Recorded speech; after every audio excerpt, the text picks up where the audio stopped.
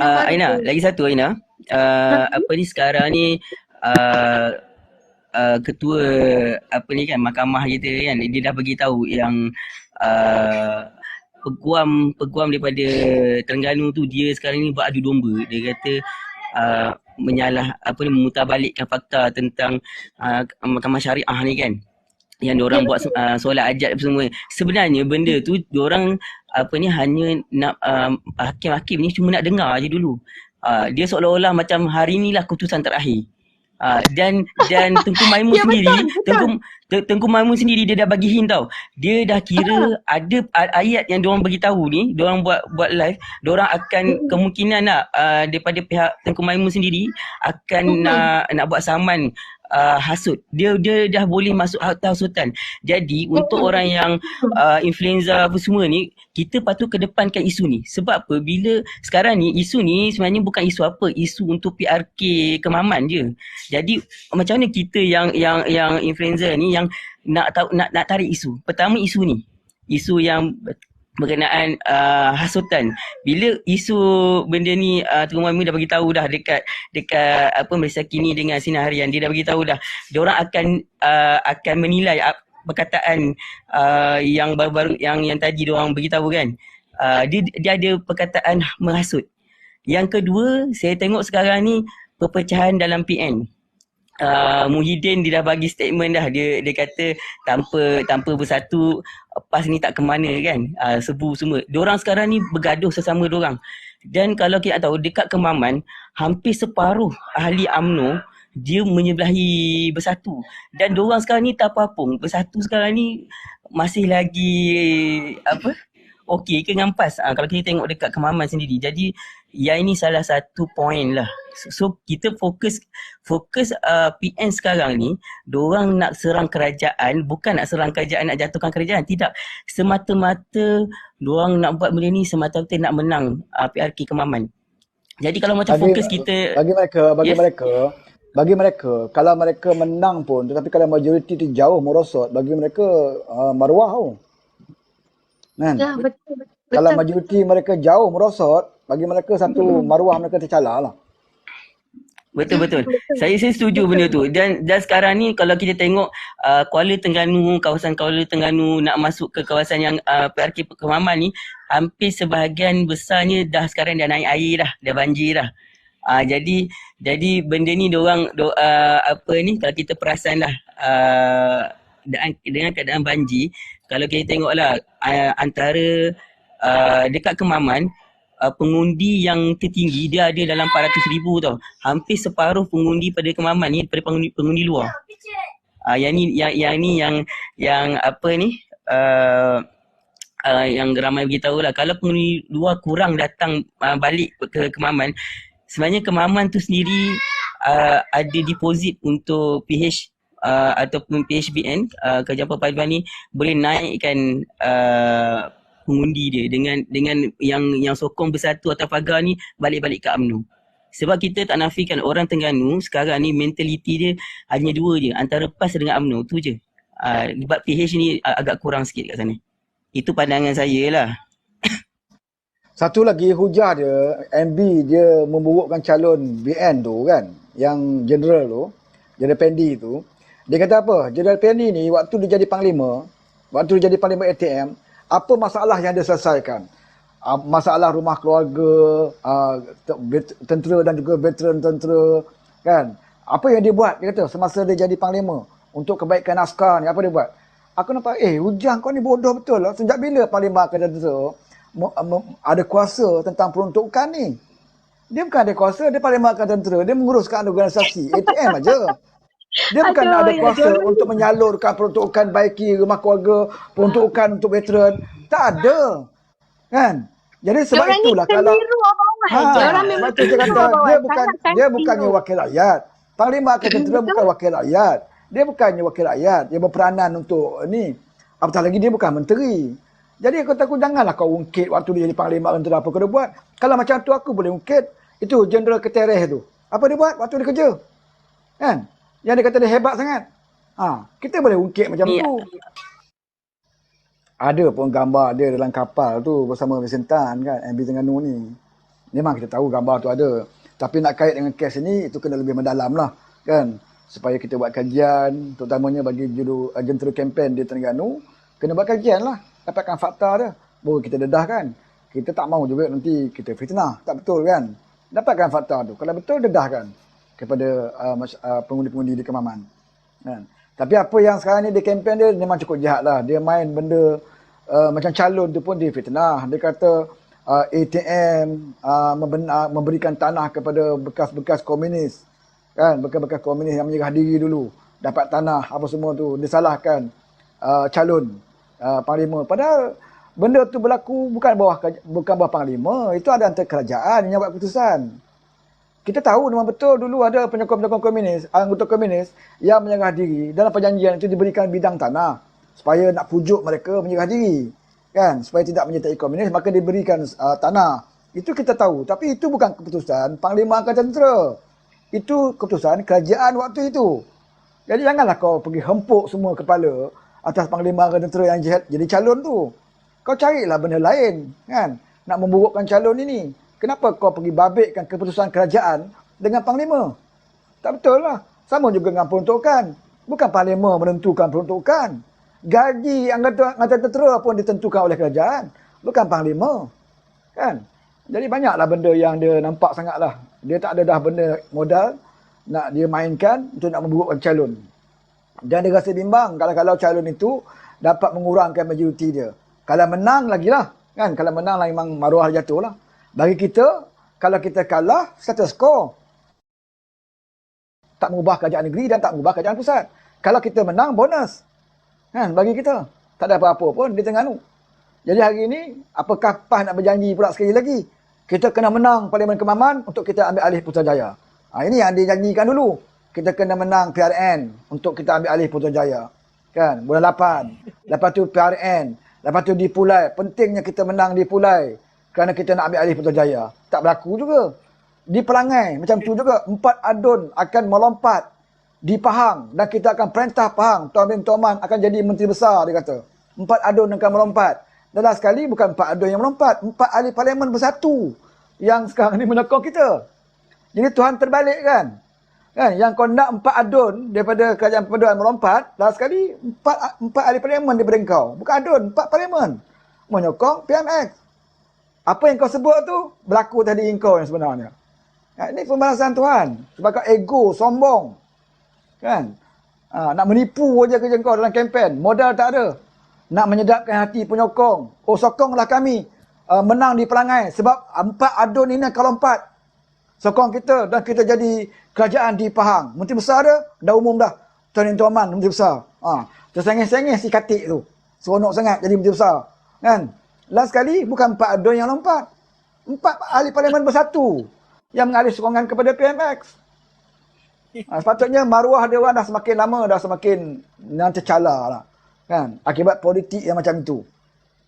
Dia orang mana ada maruah dah, Abang Wan. Betul. Itu sebab sekarang ni dia hantar kurma ya. Saya lagi boleh kencing, dia orang akan kencing. Kan? Selagi boleh dapat undi, tarik undi, pancing undi, macam itulah dia orang kencing. Lencun. Dia segala benda nak ditunggang tau. Kau mainlah apa pun perkara, isu dalam negara kita ni, semua dia akan tunggang. Isu Palestin pun ditunggang. Kan? Itu yang Anwar Ibrahim marah tu kan. Kau membina mahligai di atas pusara. Kan? Pejuang-pejuang di Palestin. Mereka susah payah berjuang di sana, mati dan sebagainya. Kau gunakan isu itu untuk kau berpolitik kat Malaysia ni. Untuk kau melabel orang lain, bukan pejuang. Kami saja pejuang. Kan? Kami saja pejuang Palestin. Tapi apa yang PMX buat, yang baru ni, yang tersebar, bagaimana di depan Biden sendiri, dia sebut macam mana?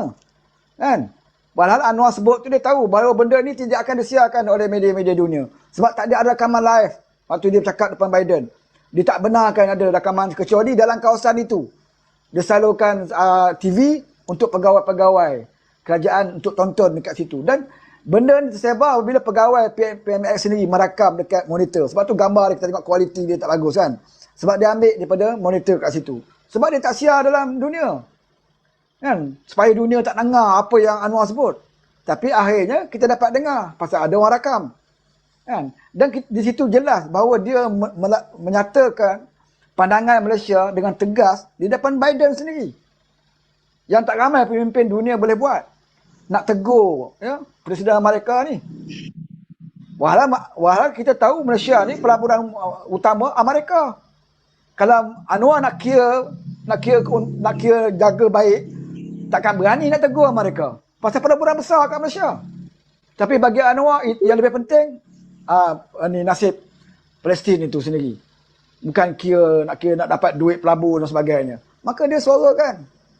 Itu yang kita patut banggalah dengan pemimpin yang berani macam itu. Tapi bagi PAS, mereka lah pemimpin mereka yang paling berani. Iaitu Malaysia bersikap berkecuali kata jadi. Waktu dia jadi kerajaan, berlaku krisis di Timur Tengah, kerajaan Malaysia berkecuali. Itu beranilah bagi dia. Berkecuali. Play safe. Betul. Betul. Memang sangat-sangat play safe. Tapi boleh tuduh PM 10 kita macam-macam lagi. Walhalnya sekarang ni bagilah feedback. Apa awak punya reaksi? Awak tak ada reaksi ke? Tengok okey, kita boleh nilai diri sendiri macam mana. Ada tak mana-mana pemimpin PAS atau Bersatu yang nak memberi reaksi terhadap apa kenyataan Yang Amat Berhormat Datuk Seri Anwar Ibrahim di depan Biden tu? Ada tak? Tak ada kan? Apa sebabnya tak ada? Sebab bagi diorang dah tak terkata dah. Diorang sendiri pun ternganga. Diorang sendiri pun tak expect ataupun tak menyangka sebegitu beraninya PM 10 kita ini berdepan dengan Biden dan tengok macam mana pemimpin dunia lain mengangguk-angguk tanda setuju tau. Alhamdulillah kita dapat juga tengok rakaman itu. Dan sebagai seorang rakyat Malaysia, saya bangga sangat. Saya sangat bangga sebab saya ada PM yang begitu lantang bersuara. Paling tidak pun adalah kan kalau kau tu dah muka kau malu Allah sebab kau macam-macam mengutuk PM, inilah masanya engkau orang kata rise up and then cakap, kami di pihak pembangkang rasa bersukacita dengan kenyataan yang telah PM 10 buat.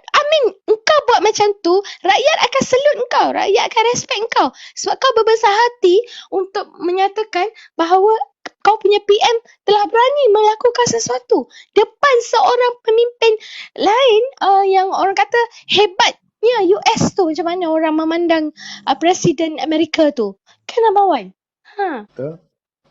Aku ada dengar temu bual Muhyiddin dengan Malaysia Gazette kan. Dalam tu dia kata kenapa perlu saya dilawan? Kalau ikut saya ni lemah, saya gagal. Pada saya lebih baik daripada PMX yang ada. Dia angkat diri sendiri tak malu. Selama dia sebut. Saya adalah Perdana Menteri. Apa kegagalan saya jadi Perdana Menteri? Apa kegagalan saya jadi Menteri?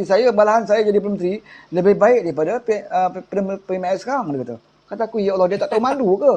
Biarlah orang lain ataupun moderator kan, pengacara tu cakap macam tu, tak apa. Ini dia sendiri cakap.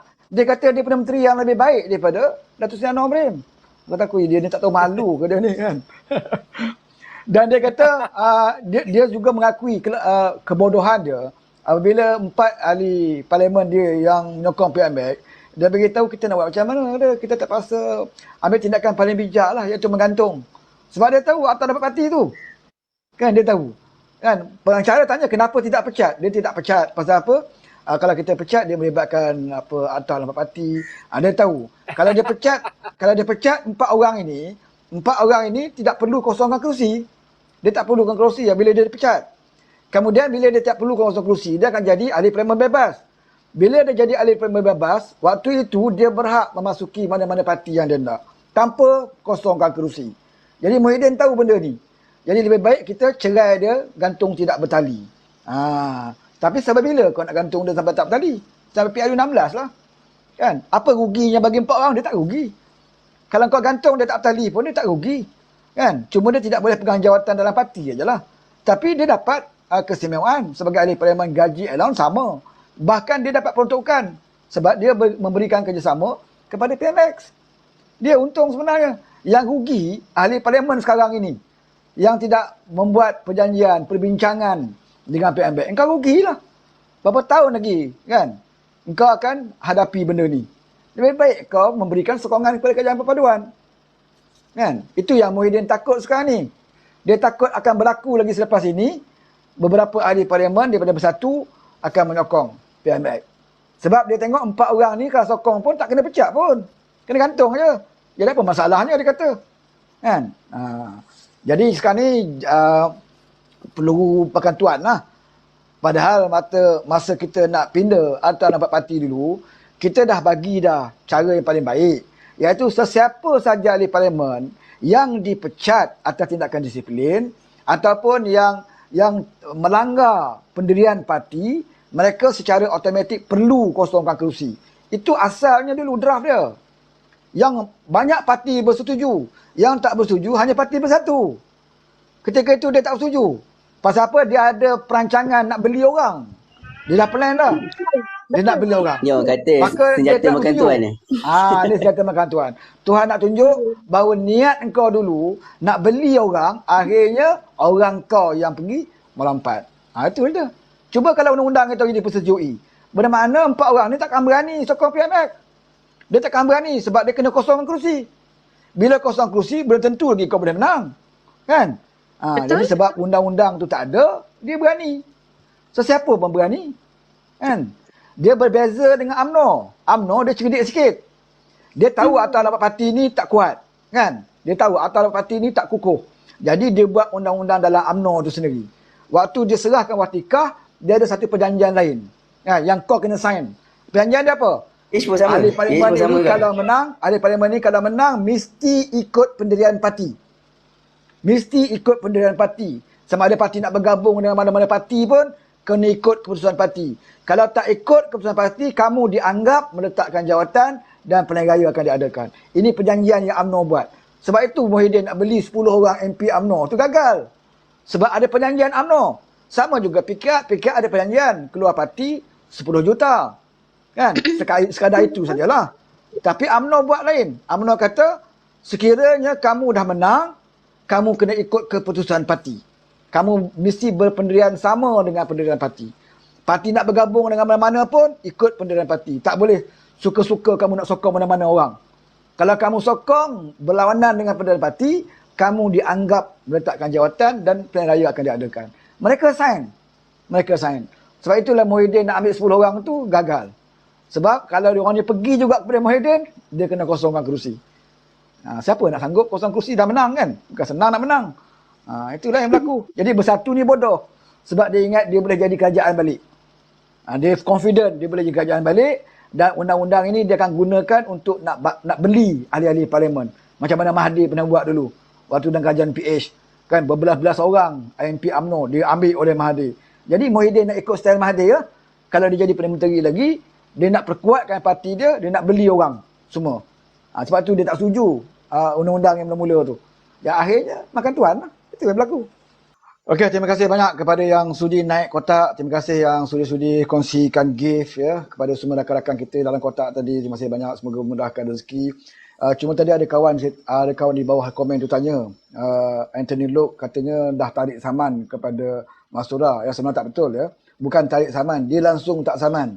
Ya. Dia tarik saman ni lain. Tarik saman ni kita dah saman, tarik balik. Sebenarnya Anthony Loke tidak saman langsung.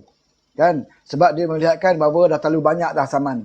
Jadi bagi dia sebagai Setiausaha Agung DAP, mungkin dia berjiwa besar, dia tidak mahu membebankan lagi Mastura sebab dia nampak jelas bahawa Mastura ni akan terpaksa ya, berdepan dengan saman-saman yang terlalu banyak sampai 10 juta. Ini Teresa Kok yang terbaru, Teresa Kok, kemudian Lee Kip Siang, Lin Goeng dan ramai lagi lah yang duduk saman dia. Ini belum pergi kerajaan Singapura.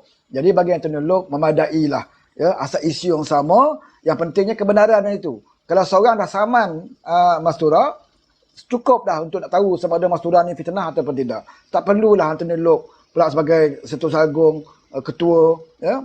Jadi dia kata biarlah anak-anak buah dia je handle benda ni. Jadi bukanlah maksudnya Anthony Loke tu tarik saman. Memang dia tak saman langsung. Ya. Dan sepatutnya kita berbesar hati lah. Ya. Sebab bagi Anthony Loke, kalau dia tahu dah kes ni memang clear. Dia memfitnah. Kalau nak pandang pada duit, boleh aja Anthony Loke letak 10 juta. Kan? Tapi bagi Anthony Loke yang pentingnya kebenaran itu. Cukuplah seorang dua untuk saman, asalkan kebenaran itu boleh dibuktikan di mahkamah. Itu pendirian Anthony Loke. Dan saya hargailah seperti mana juga Datuk Seri Anwar Ibrahim. Apabila Razman Zakaria memfitnah dia dengan jelas, kemudiannya Anwar saman di 5 juta. Kemudiannya di mahkamah Razman menarik balik dan minta maaf. Ya? Dan bagi Anwar Ibrahim, dia memaafkan. Sebab bagi dia kebenaran itu lebih penting, bukan nilai duit. Kalau bagi Anwar Ibrahim nak pandang duit, dia boleh je teruskan. Dia boleh teruskan 5 juta. 5 juta boleh dapat duit, bagi kepada tabung parti pun boleh dapat, parti dapat duit. Kan bagi Anwar Ibrahim, itu bukan matlamat dia. Matlamat dia kalau kau fitnah dan kau telah mengaku kau salah dan kau mengaku kau memfitnah, minta maaf, maka rakyat harus sedar bahawa apa yang disebut oleh Razman itu adalah fitnah. Sebab itu Razman mohon maaf. Itu yang sebenarnya yang Anwar nak tunjukkan. Bukan matlamat dia duit dan sebagainya. Bukan matlamat dia nak tunjukkan kita ni menang saman dapat duit. Ya, tak seperti lebay-lebay ni. Lebay-lebay ni kalau dah kalah saman pun masih lagi ego. Contohnya masa Ustaz Dasuki. Dah banyak dia kalah saman tapi ego masih ada. Dia kata, oh ini mahkamah dunia, mahkamah akhirat belum lagi. Dia akan pergi kat situ. Wah, terang-terang dia fitnah. Kan? Jadi ini bezanya kita dengan mereka. Mereka dengan keegoan mereka masih lagi tidak mengaku salah. Walaupun mahkamah ada kata dia salah. Kan? Masih lagi tidak mengaku dia fitnah. Sama juga dengan Mas Tura. Mas Tura ni sebenarnya, kalau dia berbesar hati dan dia orang yang insaf tentang kesilapan dia, dia ada peluang daripada sebelum orang saman dia. Iaitu peluang dia dalam parlimen. Apabila ahli parlimen minta maaf. Kalau dia minta maaf dalam parlimen itu, tak ada seorang pun akan saman dia. Dan nama dia tidak akan dicerca ya, dengan bagi teruk seperti hari ini. Kalau dia berlapang dada lah, dia mengaku dia minta maaf dalam parlimen. Okey, settle. Tapi sebab dia ego, ya, bagi dia seorang parti PAS, ya, ustazah, PhD, takkanlah saya nak minta maaf. Maka dia sanggup berdepan mahkamah, tak apalah. Bagi orang ego, kita biarkan dengan keegoan dia. Jadi kita sebagai penyokong, kita gunakan akal fikiran kita. Logik atau tidak tuduhan Mas Tura ini? Kan? Betul atau tidak? Dan apa faedahnya kepada rakyat apabila kau memainkan salah sidah dan keturunan orang? Apa perasaan kita kalau orang mainkan keturunan kita? Ya? Baca keturunan kita. Kalau ada keturunan kita yang membuat satu kesalahan, apakah semua keturunan akan hancur? Kalau macam itu, manusia tidak ada yang bersih, saudara. Ya? Kita lahir daripada macam keturunan dan ada keturunan kita bukan semua malaikat. Ada yang pernah melakukan kesalahan, ada pernah melakukan kesilapan. Apakah semua nak ditanggung oleh semua keturunan dia? Tak betul. Ini bukan cara Islam. Ya? Yang tak betul jangan ikut. Yang betul kita buat. Ini ya, kalau keturunan kita dulu ada terlibat dengan jenayah-jenayah, apakah kita seharusnya keturunan kita semuanya penjenayah? Ya? Sedangkan Nabi Muhammad sendiri dalam keturunan Pak saudara dia pun ada yang bukan Islam. Ya? Banyak keturunan dia yang juga yang bukan Islam. Para sahabat begitu juga. Apakah kita nak kaitkan dengan seluruh keturunan? Ini tak betul. Ini bukan cara Islam. Tapi inilah yang dia mainkan. Hanya kerana sentimen politik. Dalam isu mahkamah syariah, seperti mana yang oleh Tuku Maimun, ini tidak ada kaitan dengan menghina undang-undang syariah.